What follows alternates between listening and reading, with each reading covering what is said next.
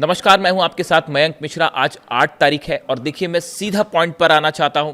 Saudi अरब, तुर्की और पाकिस्तान के बीच जो डिफेंस डील हुई है, नेटो स्टाइल में जो डील साइन की गई है, जिसकी शर्त यह है कि एक देश पर हमला दूसरे देशों पर हमला माना जाएगा, यानी सऊदी पर हमला होता है वो तुर्की और पाकिस्तान पर भी हमला माना जाएगा, और इसी तरह किसी भी देश पर हमला होता है तो वो बाकी दोनों देशों पर भी हमला माना जाएगा।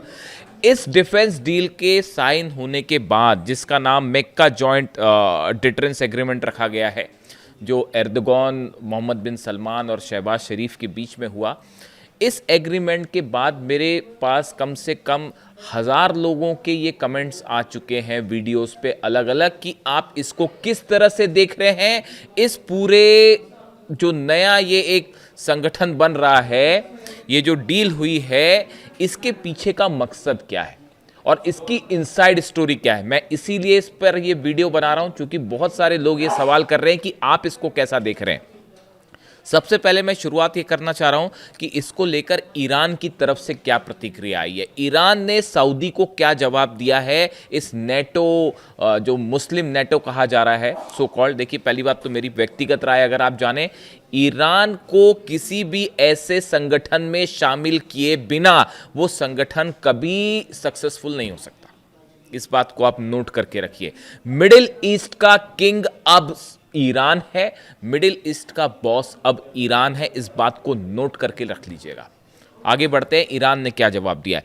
Iran has reacted sharply to the new Saudi Arabia Turkey Pakistan mutual defence pact, warning Riyadh that a paper agreement with Turkey and Pakistan will not guarantee its security. Iran ने सीधा सीधा चेतावनी दे दी है सऊदी अरेबिया को और ये कहा है कि अगर कोई पेपर डील आपने साइन कर ली पाकिस्तान या तुर्की के साथ मिलकर, तो ये इस बात की कोई गारंटी नहीं है कि आप सुरक्षित रहोगे। सीधी चेतावनी आई है ईरान की सऊदी अरेबिया के लिए कि पेपर साइन करने से कोई देश सुरक्षित नहीं हो जाता। The landmark deals states that an attack against one country will be regarded as an attack against all three. The warning comes amid escalating Iran-US tension and reports that the Tehran threatened to retaliate against Gulf countries' energy infrastructure if Iranian power plants were attacked. Iran ने एक बार फिर साफ कर दिया है कि अगर Iran के पावर प्लांट्स पर हमले होते हैं तो पूरे अरब देशों के पावर प्लांट तबाह कर दिए जाएंगे, एक भी पावर प्लांट नहीं बनेगा। यानी ईरान ने ये जो नया पैक्ट हुआ है सऊदी, तुर्की और पाकिस्तान के बीच में, इसको लेकर ईरान ने बड़ा एग्रेसिव कमेंट दिया है और ये कहा है कि ये असल में, देखिए, इसके पीछे बड़ी साजिश है। मैं आपको समझाता हूं, लेकिन पहले ईरान का पक्ष रखना ज़रूरी है कि ईरान इसमें क्या चाह रहा है। देखिए, इसमें ईरान की तरफ से 2-3 बातें साफ कर दी गई। पहली बात, सऊदी को सीधी चेतावनी दी गई है। ये काफ़ी समय बाद हुआ है ऐसा जब ईरान ने सीधा सीधा सऊदी को वार्निंग दी है। देखिए, अब तक क्या हो रहा था कि ईरान जो है वो अरब देशों को वार्निंग दे रहा था कि अगर हमला होगा तो आपके इंफ्रास्ट्रक्चर पर हमला होगा, या जॉर्डन, बहरीन या जो है वो कुवैत पर हमले होंगे। लेकिन ये काफ़ी दिनों बाद, आप देखिए, पहला मौका है जब ईरान ने सीधा सऊदी को चैलेंज किया है, सऊदी को वार्निंग दी, जिसके बाद ये भी सवाल उठने लगे हैं कि क्या अब आगे ये जंग का रूप धीरे से अमेरिका पीछे हो जाएगा और ये सऊदी वर्सेस ईरान तो नहीं होने जा रहा।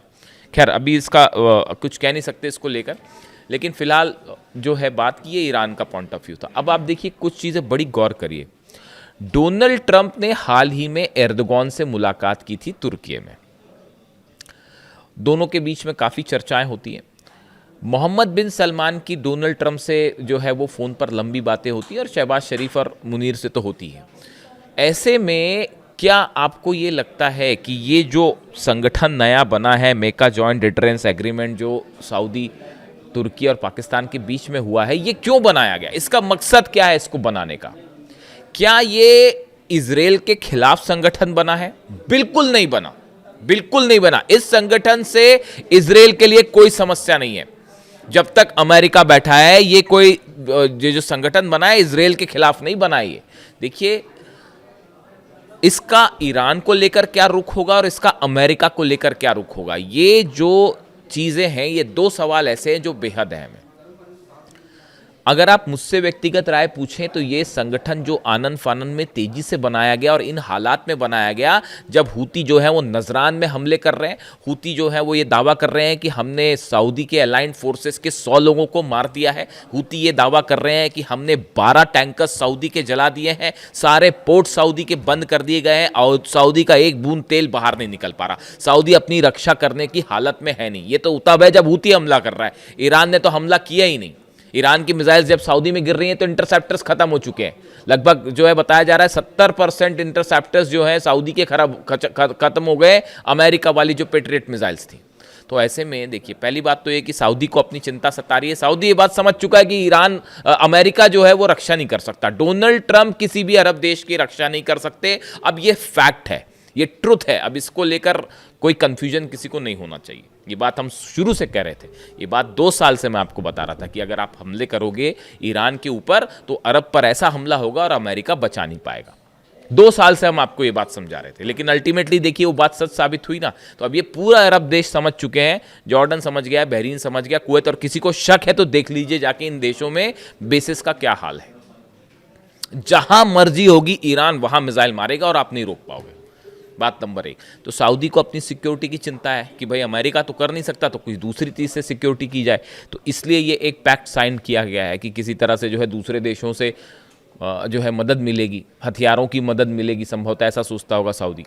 दूसरी, जब अमेरिका के पास ही हथियार कम पड़ रहे हैं, देख ही रही हैं आप, खबर देख ही रहे हैं, डोनाल्ड ट्रंप फंस गए और कितना हैसियत से उनकी लड़ाई हो गई, अपने रक्षा मंत्री से ही सब कुछ चल गया वो। तो जब उसके पास हथियार नहीं बचे तो इनको क्या हथियार देंगे वो समझिए बात। तो सऊदी को पहले अपनी सुरक्षा की चिंता, बात नंबर 1। बात नंबर 2, सऊदी को ये भी लगता है कि ऐसा पैक्ट हो जाएगा तो कल को ईरान के ऊपर दबाव बनाना है या हूती पर दबाव बनाना है या कोई ऐसी सिचुएशन खड़ी हो जाए जिसमें वॉर हो जाए मिडिल ईस्ट में बड़ा, तो उस समय तुर्की और पाकिस्तान और दूसरे देश जो इसमें शामिल हो जाएं, और भी शामिल हो जाएंगे शायद, वो दबाव बनाने के काम आएंगे, कम से कम एक सपोर्ट तो देंगे, सऊदी को बचाने की कोशिश तो करेंगे, बायलैटरल टॉक करके और किसी तरह से बातचीत, हस्तक्षेप करके ईरान को रोकेंगे तो कल को ईरान ने हमला कर दिया तो। ये बात नंबर 2। लेकिन जो तीसरा पॉइंट है ये बेहद अहम है, इसको ध्यान से समझिए। तुर्की जो है वो नेटो का सदस्य है, सऊदी नहीं है, पाकिस्तान नहीं है। सऊदी जो है वो नेटो का सदस्य नहीं है, लेकिन तुर्की जो है वो नेटो का सदस्य है। और नेटो क्या कहता है? नेटो का नियम ये कहता है कि एक देश पर अगर हमला होता है तो वो सब पर हमला माना जाएगा। अगर कोई देश जंग में कूदता है और उस पर स्ट्राइक हो रहे हैं तो वो सबके खिलाफ जंग मानी जाएगी। इसी वजह से आप देखिए यूक्रेन जो अब तक सामना कर पा रहा है रूस का, ये क्या यूक्रेन वर्सेस पुतिन जंग हो रही है? ये रूस वर्सेस नेटो की जंग है। अमेरिका हथियार दे रहा है, नेटो के जितने देश हैं, जर्मनी, इटली, ये सब के सब हथियार दे रहे हैं साहब। इसीलिए जेलेंस्की अब तक जंग कर पा रहे हैं, वरना यूक्रेन तो कब का ये जंग हार चुका था। तो ये नेटो वर्सेस रूस की जंग है।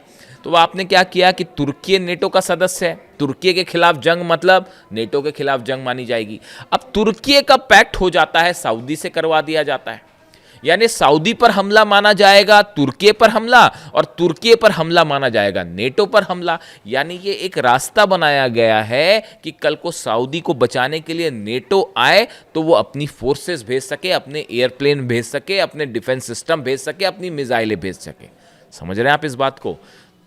क्लियर है या कंफ्यूजन है कोई? देखिए, तुर्की पर हमला यानी नेटो पर हमला माना जाएगा, ठीक है। ये जो नेटो का नियम है खुद ये कह रहा है कि तुर्की किसी भी सदस्य पर हमला तो तुर्की पर हमला यानी नेटो पर हमला। और अब ये डील होने के बाद, ये मेका जॉइंट डिटरेंस एग्रीमेंट के बाद, सऊदी पर हमला यानी तुर्की पर हमला माना जाएगा, और तुर्की पर हमला यानी नेटो पर हमला, तो फिर नेटो भी सऊदी की मदद कर सकता है तुर्की के जरिए खास तौर पर। यानी एक देखिए, मिडिल ईस्ट में हकीकत क्या है? हकीकत ये है कि अमेरिका और इजराइल का तो खैर ईरान से अब कोई मुकाबला ही नहीं है। ईरान जब चाहे वो इजराइल को घुटनों पे ला देगा, जब चाहे तब। अकेले जंग करने की हिम्मत ही नहीं। आप दुनिया के किसी डिफेंस एक्सपर्ट से जाके पूछ लो, क्या इजराइल ईरान के साथ अकेले जंग कर सकता है? बिल्कुल नहीं कर सकता। नेतन्याहू, इजराइल, मोसाद, सब ये जंग हार चुके हैं। ये मैं डंक की चोट पे कहने को तैयार हूं, और मुझे किसी ये कहने में कोई हर्ज नहीं है। कौन सा डिफेंस एक्सपर्ट आप ले आए, क्या कर पाए इजराइल के जेट्स, बताइए। और अगर अकेले लड़ ले तो उसके बाद तो वो हाल होगा जो जॉर्डन, कुवैत और बहरीन का हुआ। इतना ठोकेगा ईरान। और अभी तो वो सब हथियारों का जिक्र ही नहीं हो रहा है जो चाइना, रशिया ने भेजे, और उनकी जो नई टेक्नोलॉजीज है उसके बारे में तो अभी बात ही नहीं है। बड़े सारे हथियार तो अभी यूज भी नहीं किए गए।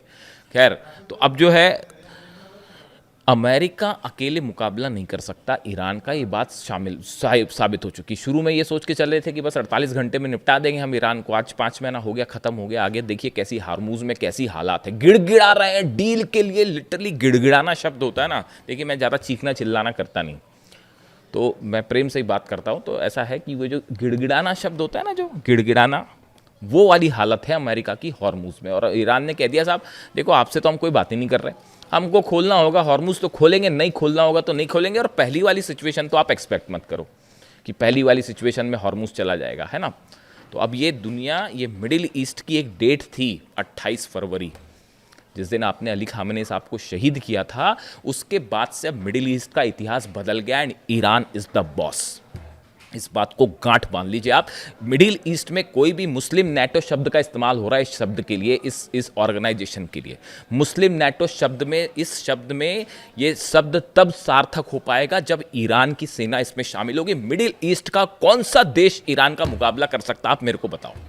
एक मेरे को मुस्लिम देश का नाम बता दो यहां पर जो ईरान का मुकाबला कर सकता है। बताओ, आप बताओ मेरे को, कमेंट करके बताओ, मैं कमेंट देता हूं आपको। कमेंट करके बताइए कौन सी देश, कल को सऊदी और ईरान की जंग हुई, 48 घंटे में क्या हाल होगा सऊदी का अंदाज लगा लीजिए आप। बताइए कोई अरब देश मुकाबला कर सकता है? अरे अमेरिका मुकाबला नहीं कर सका, मिल के वो उसने 12 देशों पे जो है ठोक रखा है ईरान। तो पूरा अरब और अमेरिका मिलके, इजराइल मिलके 5 महीने में क्या कर पाए आप ईरान का? तो सऊदी अकेला क्या कर लेगा साहब? इसीलिए ये पैक्ट हो रहा है।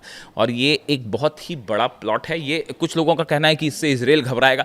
अरे डोनाल्ड ट्रंप हमला करने देगा इनको, जो एर्दोगान से हाथ मिलाते फिर रहे हैं, सलमान से लगातार बात कर रहे हैं, पाकिस्तान से लगातार बात, वो इजराइल पर हमला करने देंगे इस संगठन को? बिल्कुल नहीं। हमेशा देखिए इजराइल की आलोचना की है, जो मुस्लिम कंट्रीज़ का जो ऑर्गेनाइजेशन है उनकी तरफ से और ये मुस्लिम देशों की तरफ से हमेशा सिर्फ इजराइल की आलोचना हुई है। फिलिस्तीन में इतने हज़ारों लोग मारे गए, हज़ारों बच्चे मारे गए, उनकी सिर्फ आलोचना हुई है। वेस्ट बैंक पर लगातार ऑपरेशन जारी है इजराइल का, लेबनान पर लगातार हमले जारी हैं, सीरिया पर ऑपरेशन जारी है, गजा में क्या हो रहा है आप देख ही रहे हो। हीनियस क्राइम है, वॉर क्राइम्स हो रहे हैं गजा में। मुस्लिम देशों की तरफ से सिर्फ आलोचना हो रही है। हिम्मत करने वाला सिर्फ एक देश रहा जो मिसाइल मार रहा है, वो ईरान मार रहा है। भूलना मत इस बात को। अली खामेनी साहब ने हमेशा कहा जब ज़रूरत पड़ेगी हम युद्ध के लिए भी तैयार हो जाएंगे। लेबनान के लिए भी वो जंग के लिए तैयार हो गए, गजा के लिए भी जंग के लिए तैयार हो गए। इसीलिए खामेनी साहब थे। अब ये जब मैं मीटिंग्स देखता हूँ ना ऐसी, मतलब टू बी वेरी फ्रैंक भाई, देखो मेरे को जो लगता है मैं अपनी राय बता रहा हूँ, आपको ठीक लगता हो तो स्वीकार करिए, वरना आपकी आलोचना का भी स्वागत है। चूंकि ये पब्लिक प्लेटफॉर्म है इसलिए मैं आपकी आलोचना का भी स्वागत करता हूँ। देखिए मैं बिल्कुल ऐसा नहीं चाहूँगा कि कोई मेरी आलोचना करे तो मैं उसको स्वीकार नहीं करूँ, बल्कि हमको दूसरों के विचारों को हमेशा स्वीकार करना चाहिए। अच्छे शब्दों में, साफ सुथरे शब्दों में अगर कोई आलोचना कर रहा है तो उसका बिल्कुल स्वागत है साहब। ये डेमोक्रेसी यही है, ओपन जो विचारधारा है वो यही कहती है कि आप मेरी आलोचना करेंगे मैं बिल्कुल स्वीकार करूँगा। जब ऐसे डील्स में होते देखता हूँ ना, तमाम जो नेता इस पूरी जंग में इन्वॉल्व हैं, चाहे अरब देशों के हो, चाहे अमेरिका हो, इजराइल हो, इन सबको देखने के बाद देखिए ऐसा लगता है कोई भी कदम होता है उसमें किसी तरह की साजिश नज़र आने लगती है। सामने कुछ और हो रहा है, पर्दे के पीछे कुछ और हो रहा है। डिफेंस डील हो रही है तो किसके मन में क्या प्लान है, ट्रम्प की क्या साजिश है, इजराइल की क्या साजिश है। आप देखिए एक शख्स थे सिर्फ अली खामेनी साहब, जिनकी मंशा पर कभी कोई शक नहीं करता था, दुश्मनों को भी शक नहीं था। उन्होंने कह दिया कि साहब मैं जो सामने वो पीछे मैं बात नहीं करूंगा मतलब नहीं करूंगा, मैं डील नहीं करूंगा मतलब नहीं करूंगा। उन्होंने कहा था अमेरिका से बात करने का कोई मतलब नहीं है। आज देखो आज क्या हालात है, इतनी जंग हो चुकी, इतनी जंग हो गई इतने दिनों बाद, 5 महीने की जंग देखिए। इतनी जंग के बाद क्या वो बात सही साबित हो रही है? नहीं हो रही है कि डील का कोई अंदाजा, बातचीत का कोई नतीजा निकल रहा है? नहीं निकल रहा। तमाशा बना रखा है कि बस अब जंग हो रही है, नहीं अब बात अच्छी हो रही है, नहीं अब सीज फायर कर लेते तो ऐसा कर लेते। बात सच साबित हुई ना अली खामेनी साहब की, ये विजन था उनका, इसीलिए he was the supreme leader and that's why I like Ali Khamenei साहब। इसीलिए मैं उनकी तारीफ करता हूँ, उन्हें पसंद करता हूँ कि उनका विजन देखिए कितनी क्लैरिटी के साथ है। उनको पता था कौन दुश्मन है, कौन दोस्त है, कौन क्या। इसीलिए उन्होंने कहा था सऊदी को लेकर, वो हमेशा ये चाहते थे कि शिया और सुन्नी के बीच में ये जो एक तनाव वाली स्थिति है ये हमेशा दूर हो जाए। और हर अरब देश को ये समझना चाहिए कि असली दुश्मन कौन है, ये बात वो हमेशा समझाते रहे। खैर, तो अभी देखिए मुझसे चूंकि इस ऑर्गेनाइजेशन के बारे में बोला गया था, इस डील के बारे में पूछा गया था, मक्का जॉइंट डिटरेंस एग्रीमेंट के बारे में आपकी क्या राय है? मेरी बड़ी साफ राय है कि ये अमेरिका के बैकिंग के साथ एक एग्रीमेंट किया गया है जिसका लक्ष्य है ईरान और हूती या हिजबुल्ला ऐसे संगठनों को काउंटर करना, ये कोई बड़ा इजराइल के खिलाफ कुछ नहीं है, भूल जाइए। और ये चूंकि अकेले अमेरिका मुकाबला नहीं कर सकता, इजराइल मुकाबला नहीं कर सकता, तो अरब देशों को ईरान के खिलाफ खड़े करने की, और ज़रूरत पड़ी तो इन देशों को आपस में जंग में शामिल करने की। हॉर्मुज़ खुल नहीं पा रहा तो बोले क्या, एक पैक्ट करवा देते हैं चाहे, ताकि मिल के हॉर्मुज़ खुलाएं। खुद बैठे बैठे वहाँ तमाशा देखो, खुद की तो जनरल डेन कैन कह ही रहे हैं अमेरिका की कि जो है वो बाहर निकलना चाहिए, अब कैसे युद्ध से बाहर निकला जाए। तो ये एक बड़ा प्लान है ईरान के खिलाफ एज ऑफ नाउ जो स्थिति लगती है। कमेंट करके आप बताइए आपको क्या लगता है, और आपके सारे कमेंट्स मैं पढ़ूंगा और जवाब देने की भी कोशिश करूंगा। Thank you so much.